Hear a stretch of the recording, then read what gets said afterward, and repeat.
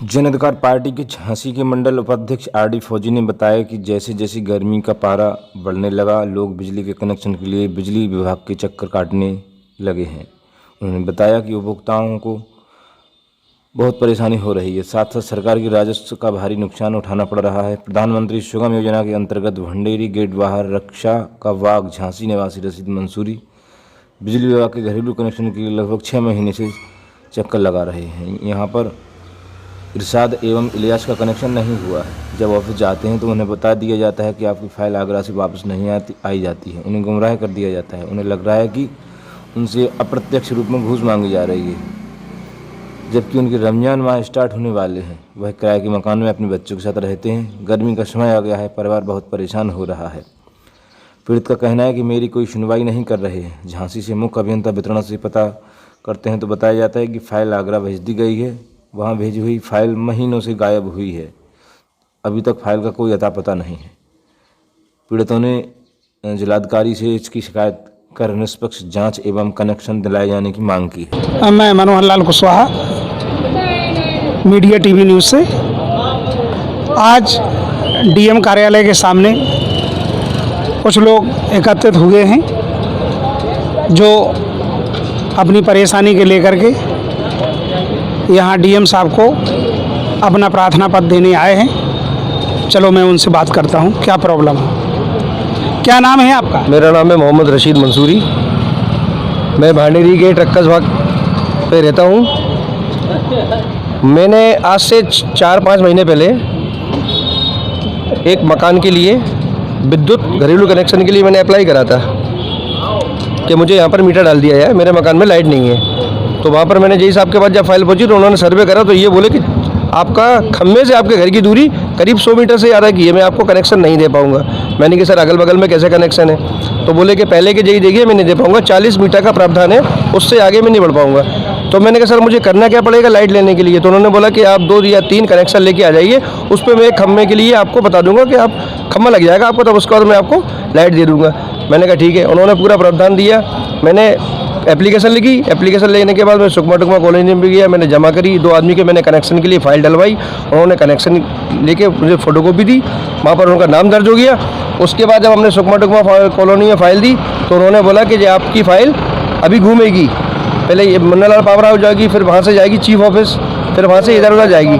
फिर मैं 2-2.5 महीने के बाद एक बार उनसे पूछने गया। मैंने कहा सर क्या हुआ मेरी फ़ाइल का? तो बोले आपकी फ़ाइल चीफ ऑफिस पहुँच चुकी है, आप वहाँ पर जाके संपर्क करिएगा, आपका पूरा काम हो गया। मैंने कहा ठीक है। मैं वहाँ पहुँचा 17 जनवरी 2023 को 17 जनवरी 2023 को पहुँचा। मैंने कहा सर मेरी इस नाम की फ़ाइल है। मैंने प्रधानमंत्री सुगम योजना के तहत खम्भे के लिए अप्लाई करा था, जो मुझे अभी तक नहीं मिला है। सर मेरी फ़ाइल कब तक क्लियर होगी? कितने बार आपने चीफ ऑफिस के मतलब? 17 जनवरी 2023 को मैं पहली बार गया था और कल तक कम से कम मेरे 25 से 30 चक्कर, और मुझे तो याद ही नहीं, करीब 40-50 चक्कर मैंने लग गए। एक दिन में मैं 3-3, 4-4 चक्कर भी लगाए मैंने वहाँ पर। जो आपके चीफ ऑफिसर हैं वो क्या बोल रहे हैं? वो ये बोलते हैं कि मैंने फ़ोन कर लिया है आगरा के लिए, आगरा वालों ने अभी क्लियर नहीं कराया है, हो सकता है शाम तक हो जाए, आप शाम को आ जाइए। मैं शाम को पहुँचता हूँ तो चीफ साहब उड़ जाते हैं। फिर मैं दूसरे दिन पहुँचता हूँ। मैंने कहा सर क्या हुआ मेरी फ़ाइल का? अभी तक हुआ नहीं है, मेरे घर में लाइट है नहीं है, परेशानी है, मेरे बच्चों की पढ़ाई भी नुकसान हो रहा है, और मेरा 1 महीने के बाद पर्व भी चालू हो रहा है माह रमज़ान का। तो सर बताइए मैं क्या करूँ? आप मतलब कोई वहाँ से कुछ ऐसा अपडेट नहीं देते, मतलब कोई रिस्पॉन्स नहीं मिला। सर आप रशीद मंसूरी के साथ में हैं, आप किस पोस्ट पर हैं और क्या चाहते हैं? मैं एक्चुअली आर.डी. कुशवाहा जन अधिकार पार्टी से हूँ। इन्होंने मुझे समस्या बताई कि मैं काफ़ी परेशान हो चुका हूँ, क्योंकि आज आने वाले समय में गर्म मौसम होते जा रहा है और बिजली की समस्या को देखते हुए मैंने इनकी बात को समझा। तो मैंने सलाह दी कि आप जिलाधिकारी महोदय से मिलिए और वो आपका निस्तारण कराएंगे। तो आज हम जिलाधिकारी महोदय से इस मामले में मिले। उन्होंने आश्वासन दिया है कि हम इस कार्रवाई को जल्दी से जल्दी कराएंगे। लेकिन ये जो पूरी कारण को समझने से ये पता चलता है कि जो फाइलों का अगर लेट होने का कारण यही हो सकता है कि या तो रिश्वतखोरी है। बिल्कुल।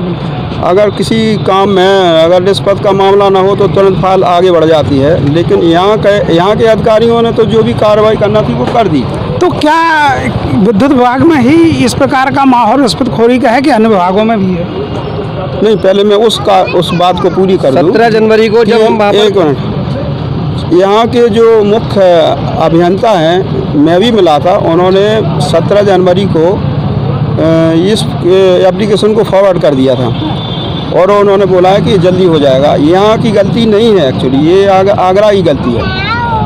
बार बार अप्रोच करने के बावजूद भी इनके विभागीय अधिकारी हैं जो आगरा में बैठे हुए हैं, वो कहीं ना कहीं रिश्वत का इंतज़ार कर रहे कि कोई आए हमारे पास और हमसे रिश्वत दे और हम कार्रवाई कर दें। तो ये मैं सरकार से ये जानना चाहता हूँ कि जो प्रधानमंत्री सी बड़ी बड़ी योजनाओं के लिए लोग वाग इस प्रकार की कार्रवाई करते हैं कि रिश्वत का इंतज़ार करते हैं, तो ये सरकार रिश्वत के मामले में तो बहुत ही ज़्यादा जो कर्मचारियों के ऊपर इनकी पकड़ नहीं है जी।